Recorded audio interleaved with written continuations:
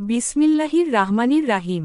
প্রিয় দর্শকবৃন্দ, আজ আমি আপনাদের সামনে উপস্থাপন করছি এক হৃদয়স্পর্শী ঘটনা, হজরত মুসা আলাইহিস সালাতু ওয়াস সালাম এবং একজন কসাইয়ের কাহিনী। একদিন আল্লাহ আলা মুসা আলাইহিস সালাতু ওয়াস সালামকে বললেন, হে মুসা, আমি আমার এক বিশেষ বান্দার প্রতি সন্তুষ্ট আছি, তুমি তার সাথে দেখা কর। হজরত মুসা আলাইহিস সালাতু ওয়াস সালাম খুব কৌতূহলী হলেন। তিনি ভাবলেন, নিশ্চয়ই তিনি হবেন কোনো বড় আলেম, আবাদতগুজার, কিংবা দুনিয়ার বড় সাধক। অবশেষে আল্লাহর নির্দেশে মুসা আলাইহিস সালাতু ওয়াস সালাম পৌঁছে গেলেন এক সাধারণ মানুষের কাছে। একজন কসাই।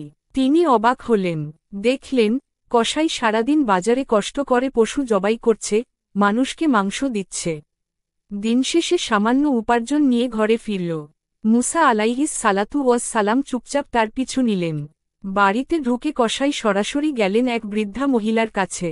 তিনি ছিলেন কসাইয়ের মা। ছেলেটি দুধ আর খাবার নিয়ে মায়ের মুখে আদর করে খাওয়াতে লাগল।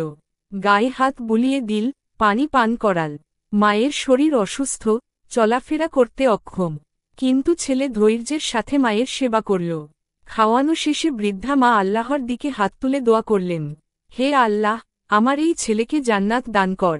এই দৃশ্য দেখে মুসা আলাইহিস সালাতু ওয়াস সালাম কসাইকে বললেন, আমি আল্লাহর নবী মুসা, আজ আল্লাহ আমাকে তোমার কাছে পাঠিয়েছেন, কারণ মা বাবার খিদমত ও তাদের দোয়াই তোমাকে আল্লাহর কাছে এত প্রিয় বানিয়েছে।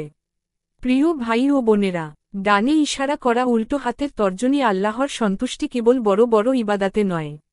ডানে ইশারা করা উল্টো হাতের তর্জনী মা বাবার খিদমত আর তাদের দোয়া মানুষের জান্নাতের সর্বশ্রেষ্ঠ পুঁজি। আসুন, আমরা সবাই আমাদের মা বাবার সেবা করি, তাদের খুশি রাখি, আর তাদের দোয়া অর্জন করি।